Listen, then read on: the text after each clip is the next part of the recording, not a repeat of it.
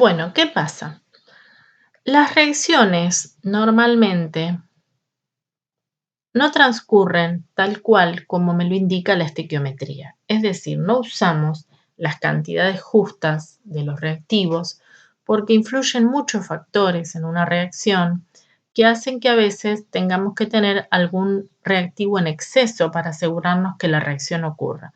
Entonces, normalmente en los laboratorios, en las industrias, se trabaja de otra manera y no con las cantidades estequiométricas que nos indica una reacción. Es decir, tanto de A más tanto de B me va a dar tanto de C, porque influyen muchos factores que hacen que, digamos, no se obtengan esos resultados. Entonces aparece este concepto, que es el concepto del reactivo limitante, que primero lo vamos a ver con un ejemplo antes de pasarlo a una reacción química.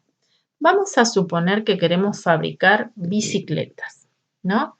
Y que tenemos ruedas, 4.256 ruedas, 2.560 cuadros y 2.140 manubrios. Entonces, con esos números, yo les pido que intenten ver cuántas bicicletas podrían obtener. Los dejo ahí unos segunditos pensando, ¿no?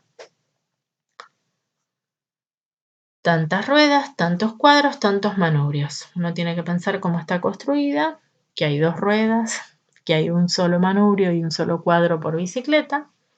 Bueno, entonces cuando uno piensa un poquito, ¿qué es lo que ve?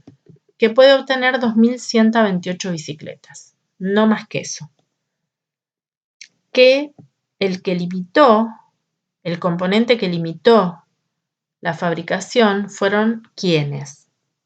Las ruedas. Y que por lo tanto me sobraron manubrios y cuadros. No pudimos obtener 2.140 bicicletas porque me hubiesen faltado ruedas. No pudimos obtener 2.560 bicicletas porque también me hubiesen faltado ruedas. Las ruedas me limitaron la cantidad de bicicletas que pude obtener. Entonces, ¿quién es el reactivo limitante en este caso? Las ruedas. ¿Quiénes están en exceso? Los manubrios y los cuadros. Lo mismo pasa en las reacciones químicas. El reactivo limitante, una de las definiciones de reactivo limitante dice que es aquella sustancia que se agota totalmente durante una reacción química. Entonces, nosotros acá podemos tener un ejemplo, que es la formación de metanol. El metanol es un alcohol que se forma a partir de monóxido de carbono e hidrógeno. En esa reacción, está perfectamente balanceada. Fíjense, un carbono, un oxígeno, 4 hidrógenos, 2 por 2, 4 hidrógenos.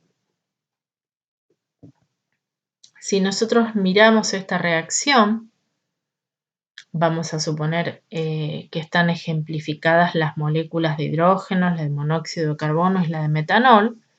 Vamos a suponer que pudiéramos verlas y entonces vemos que acá tenemos 4 moléculas de monóxido de carbono y que tenemos 1, 2, 3, 4, 5, 6 moléculas de hidrógeno.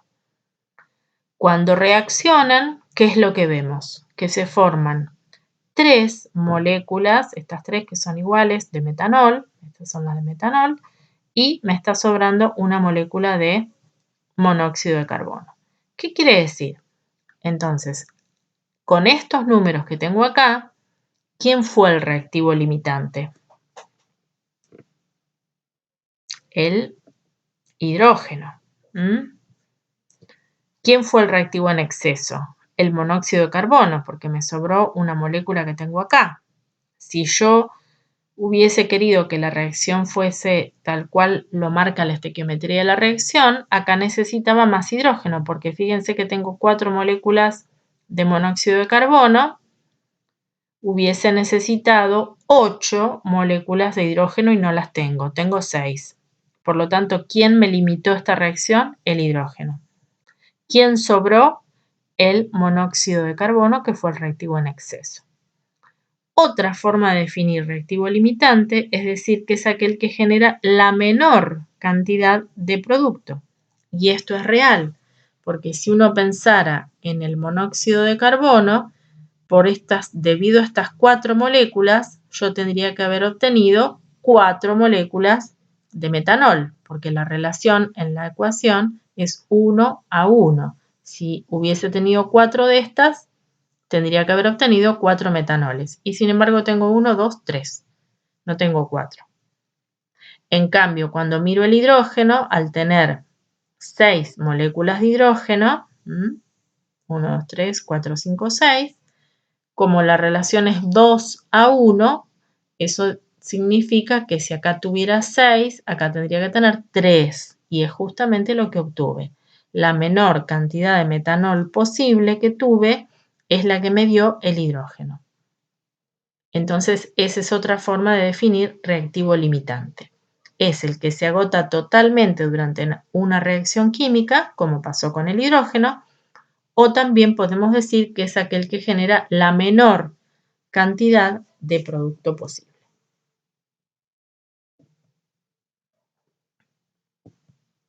Vamos a verlo ahora entonces con un ejemplo, como podría ser, por ejemplo, un problema de parcial, digamos.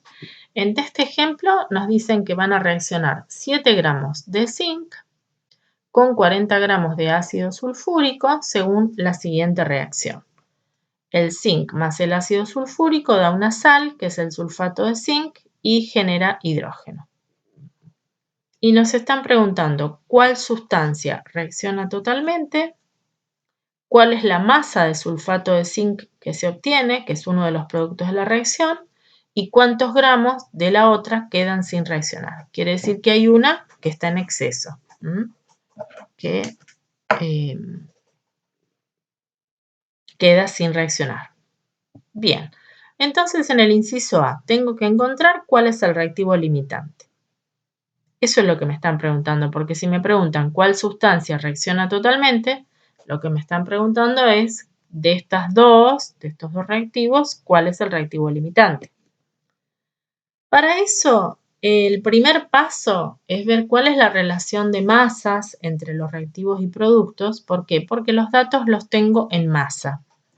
Entonces yo digo, este mol de zinc pesa 65,4 gramos, este mol de ácido sulfúrico pesa 98 gramos, este mol de sulfato de zinc pesa 161,4 gramos y el mol de hidrógeno pesa 2 gramos. Entonces allí tengo una relación cuantitativa en masa entre reactivos y productos. Eso es lo primero que tengo que escribir, digamos, que es lo que me está diciendo la ecuación. Y después pensar en la pregunta. Para poder encontrar el reactivo limitante, uno puede usar dos métodos. El primer método es relacionar los reactivos entre sí. Y el segundo método es relacionar a los reactivos con alguno de los productos. Vamos a empezar con el número 1. En el número 1, lo primero que nosotros vamos a hacer para relacionar los reactivos entre sí es encontrar un factor de conversión entre ellos.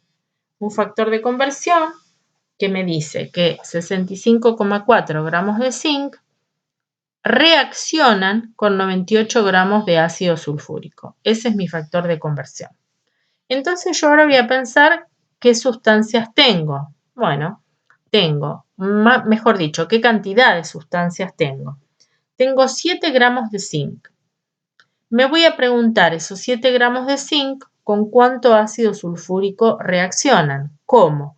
Usando el factor de conversión que dice que los 98 gramos de ácido sulfúrico reaccionan con 65,4 gramos de zinc. Fíjense que simplificamos zinc y el resultado me da los gramos de ácido sulfúrico que reaccionarían con 7 gramos de zinc. Esto ya me dice algo, pero por ahora lo dejamos. Vamos a ver qué pasa cuando usamos la otra cantidad que tenemos, los 40 gramos de ácido sulfúrico. Yo puedo preguntarme, los 40 gramos de ácido sulfúrico que me dieron, ¿con cuánto zinc reaccionarán? Bueno, usando el mismo factor de conversión, pero solo ahora de la manera que me sirve justamente para obtener el resultado en gramos de zinc, fíjense que me da 26,7 gramos de zinc. ¿Qué quiere decir esto? Que si yo tuviera 40 gramos de ácido sulfúrico, necesitaría para que reaccionen totalmente 26,7 gramos de zinc.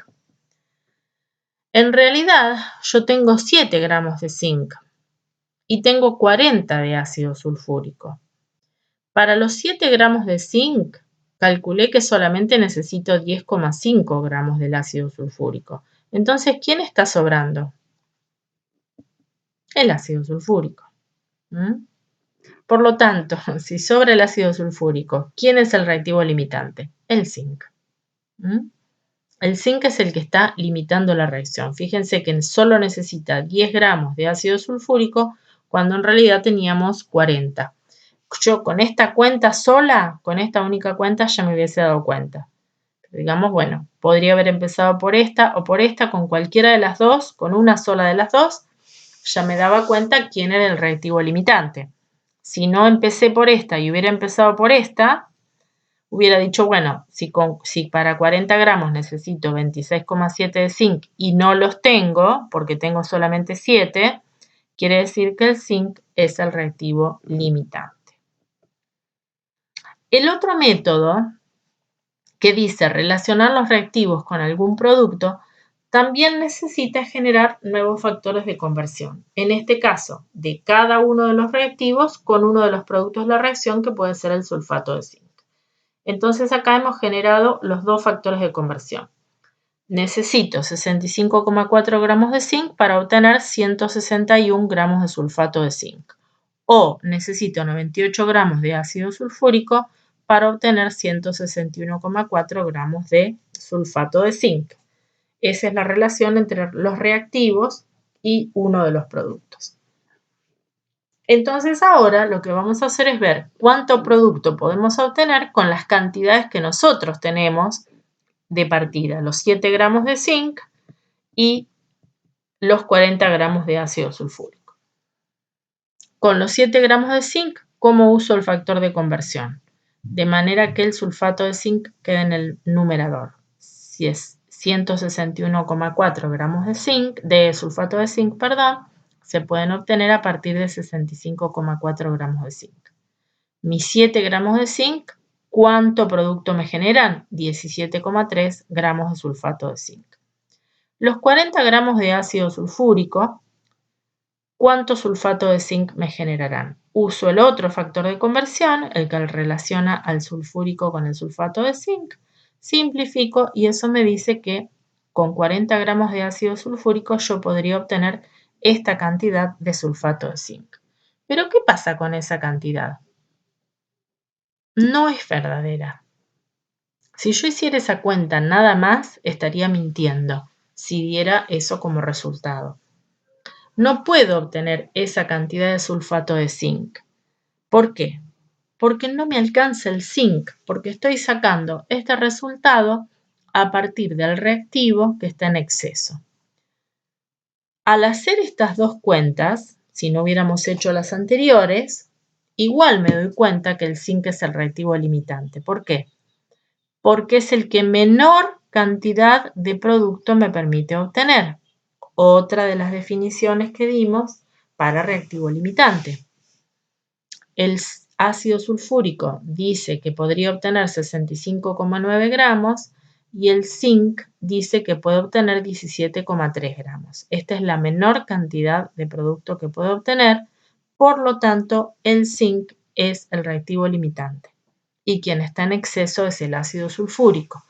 Por cualquiera de los dos métodos estaría llegando al mismo resultado, que era el resultado de la pregunta A.